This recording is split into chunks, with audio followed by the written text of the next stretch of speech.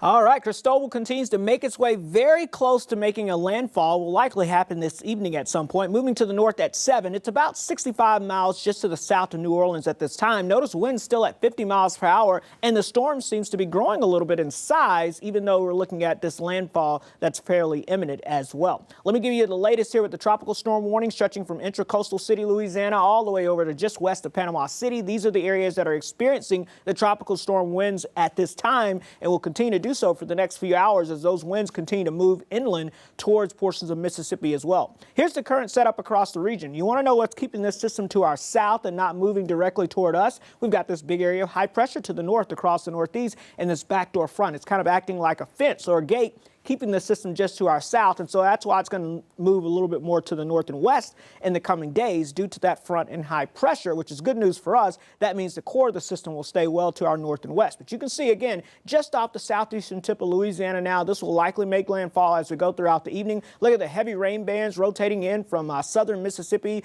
to Mobile and over towards Jacksonville, Florida. Again, about 63 miles or so just to the south and east of New Orleans there, so getting very close to that tip of making landfall here. But again, you can see this is the tropical storm force winds showing up here in this yellow shaded area, already reaching areas from Hattiesburg, Mississippi down towards New Orleans and over towards Mobile. So a pretty large wind field and a lot of folks already seeing those tropical storm winds. Rainfall totals, look at this, 3 to 6 inches in between New Orleans and Mobile just in the past 24 hours. But notice the farther west you go, those totals really ramp up. 6 to 10 inches just to north and west of Panama City. And again, close to a foot of rainfall just to the west of Jacksonville, where they've been in that kind of fire hose of rainfall. They're looking at the potential of 6 to 10 inches or more now developing over Baton Rouge, New Orleans, over towards Biloxi, which is why they do have that flood watch that's in effect there for that area. Not only the flooding from the heavy rainfalls that you have to worry about, this life-threatening storm surge is also an issue as the tropical storm continues to make its way closer to making landfall. It's pushing in all that wind, just turning up all that water over the ocean, so they're seeing that storm surge of 3 to 5 feet